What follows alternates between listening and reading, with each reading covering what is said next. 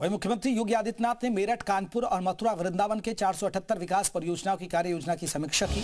CM ने इन शहरों के विकास में स्थानीय पहचान, संस्कृति और आधुनिक सुविधाओं के संतुलन पर जोर दिया।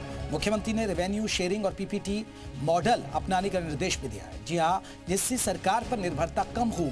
उन्होंने कहा कि परियोजनाओं में यातायात सुधार, मल्टी लेवल पार्किंग और शहरी सौंदर्यीकरण को प्राथमिकता दी जाए।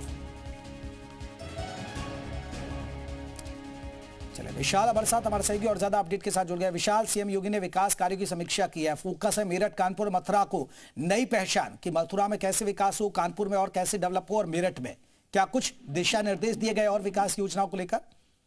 देखिए, बिल्कुल मुख्यमंत्री ने मेरठ, कानपुर और मथुरा वृंदावन की विकास कार्य योजना की समीक्षा की है और उन्होंने ये कहा है कि निजी क्षेत्र की भागीदारी के लिए रेवेन्यू शेयरिंग और पीपीपी मॉडल अपनाने पर जो है विशेष जोर दिया गया परियोजनाओं में। इसके साथ साथ और उन्होंने इस बात को भी कहा है कि परियोजना निर्धारित करते समय का बेहद ध्यान रखें और ये भी देखें कि तय समय पर सब चीजें जो है पूरी हो सके।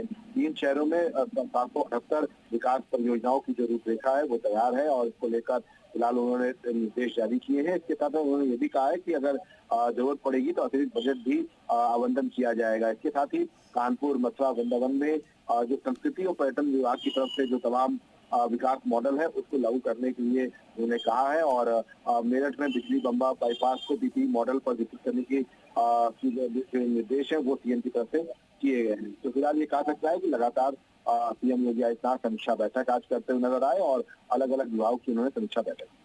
चलिए, आगे बढ़ते हैं और बहुत बहुत शुक्रिया तमाम अपडेट हम तक पहुंचाने के लिए।